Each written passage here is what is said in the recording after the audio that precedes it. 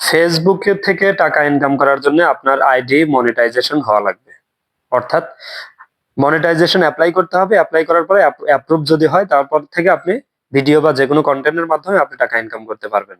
আগের যে ২০২৪ সাল পর্যন্ত যে শর্ত ছিল যে ৫,০০০ ফলোয়ার এবং ৬০,০০০ মিনিট ওয়াচ টাইম থাকতে হবে। তারপর থেকে আপনার মনিটাইজেশন এপ্লাই করতে পারবেন বা মনিটাইজেশন অন হওয়ার সম্ভাবনা ছিল। কিন্তু ২০২৫ সাল থেকে কিন্তু আপনি যেদিন থেকে আইডি ওপেন করবেন তারপর থেকে আপনি যদি আপনার নিয়মিত কনটেন্ট দিতে পারেন, ভিডিও আপলোড বা যেকোনো পোস্টের মাধ্যমে আপনার ইনকাম কিন্তু আসতে পারে। তো সেই ক্ষেত্রে যেই প্রসেসটা ফলো করতে হয় সেটার ১ম ধাপ হচ্ছে কনটেন্ট মনিটাইজেশন এর জন্য এপ্লাই করা।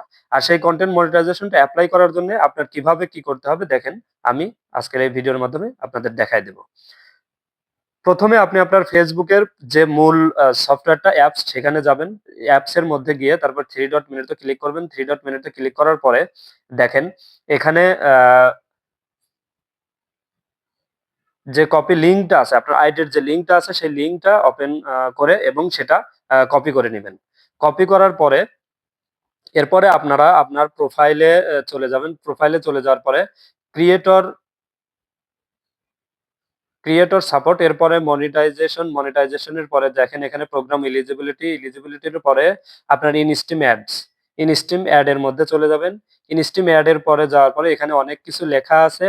সেই লেখাগুলো আপনার পড়ার আপাতত খুব বেশি দরকার নাই। যেখানে নিয়ম কানুন যে পরিবর্তন হয়েছে ২০২৪ এর অক্টোবরের পরের থেকে যে নিয়ম কানুন চেঞ্জ হয়েছে, কি, কি রুলস আছে সেই নিয়ম কানুন লেখা আছে। আপনি সরাসরি এখানে দেখবেন যে ইন দিস ফর্ম যে লেখা আছে সেই লেখাটির উপরে চলে যাবেন।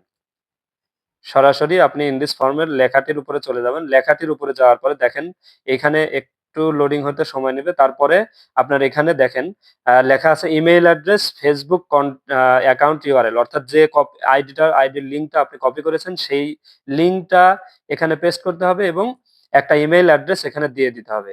দেওয়ার পরে আপনার যে আইডির লিংকটা কপি করলেন সেই লিংকটা এখানে আপনি পেস্ট করে দিবেন। পেস্ট করে দেওয়ার পরে এরপরে লেটস ডু দিস এরপরে ওকে করে দিবেন।